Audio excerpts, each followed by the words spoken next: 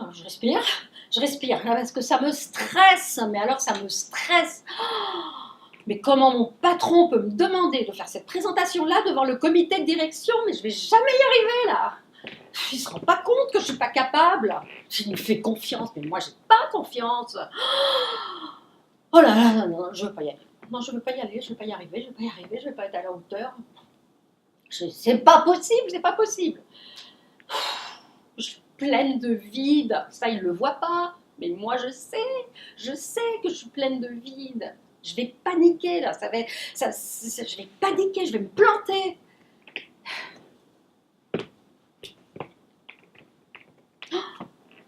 Ah, et là, j'avais pas pensé non plus, là, mon week-end. Comment je vais faire pour mon week-end en famille? On devait partir. Il va falloir que j'y renonce. Ben voilà. Voilà. Non, je veux pas y aller. Donc, comment je vais leur annoncer ça? Je sais pas ce que je vais leur dire. Mais bon, moi, il faut que je travaille. Alors, de toute façon, j'ai pas le choix. Ils font le week-end sans moi. Moi, je vais travailler. Il faut que je sois prête pour la semaine prochaine. Parce que sinon, il va perdre confiance en moi et que je vais. Mais ça va être le délire, quoi, devant toutes ces têtes de direction. Je suis pleine de vide. Voilà. En plus, ben voilà, si j'échoue, ben c'est que je ne le méritais pas. Voilà, je ne le méritais pas et j'aurais raison. Voilà, j'ai raison.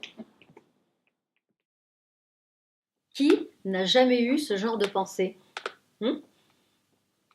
Bien sûr, vous pouvez réussir, mais dans ce cas, quelles seront les autres petites voix qui peuvent arriver?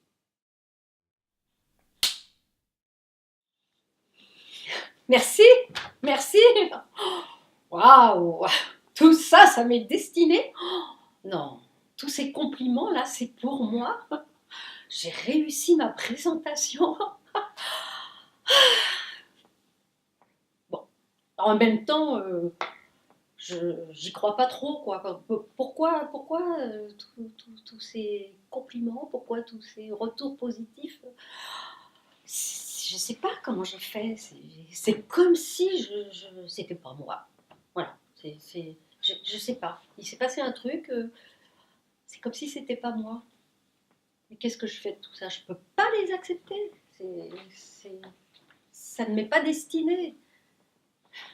Bon, faut dire que c'était facile, entre guillemets, parce que le public était sympa, ils ont posé des questions. Je trouve qu'ils ont été très indulgents avec moi.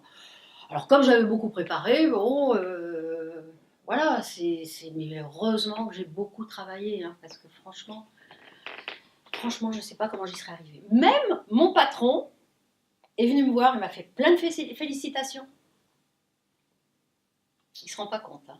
Non, il ne se rend vraiment pas compte qu'en fait, j'étais pas capable, il s'en est même pas rendu compte. Bon, tant mieux.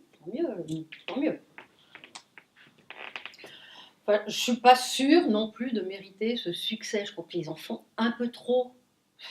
Je crois qu'ils vont bien finir par me démasquer, parce que là, ils me surestiment.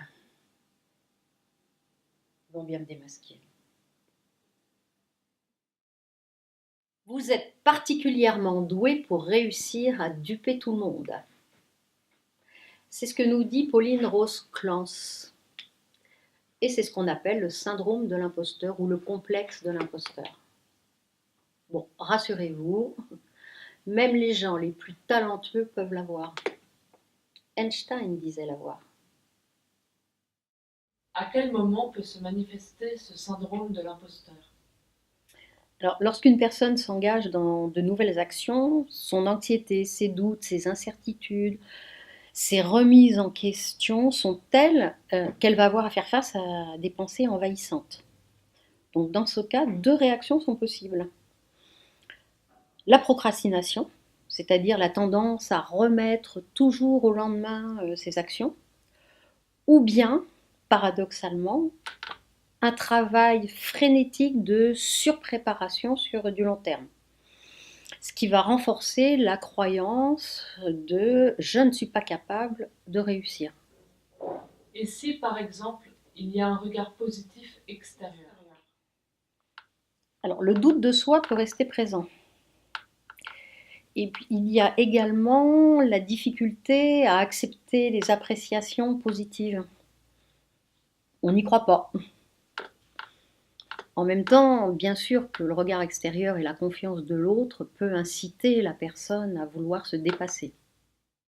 Dans ce cas, un dialogue intérieur peut prendre place et se développe la capacité à se regarder autrement, à commencer à se regarder autrement, à se remettre en question et se dire: «Ah, je suis capable alors». Parce que aussi le sentiment qu'on ne peut trahir la confiance de l'autre et qu'il va falloir être à la hauteur. Comment rompre ce cycle? Alors, il est nécessaire de prendre de la distance pour gérer à la fois ses émotions et avoir aussi une vision plus claire de ses propres capacités. Deux approches successives sont possibles. Le plus important, c'est de pouvoir identifier les moments où le syndrome apparaît. Pour ça, on peut s'appuyer sur une aide telle que le coaching, la relaxation ou autre, et pratiquer les exercices qui sont dans mon livre. Je voudrais juste dire aussi que le plus important dans tout ça, et le but, c'est de devenir autonome et acteur de sa vie. Merci Annie.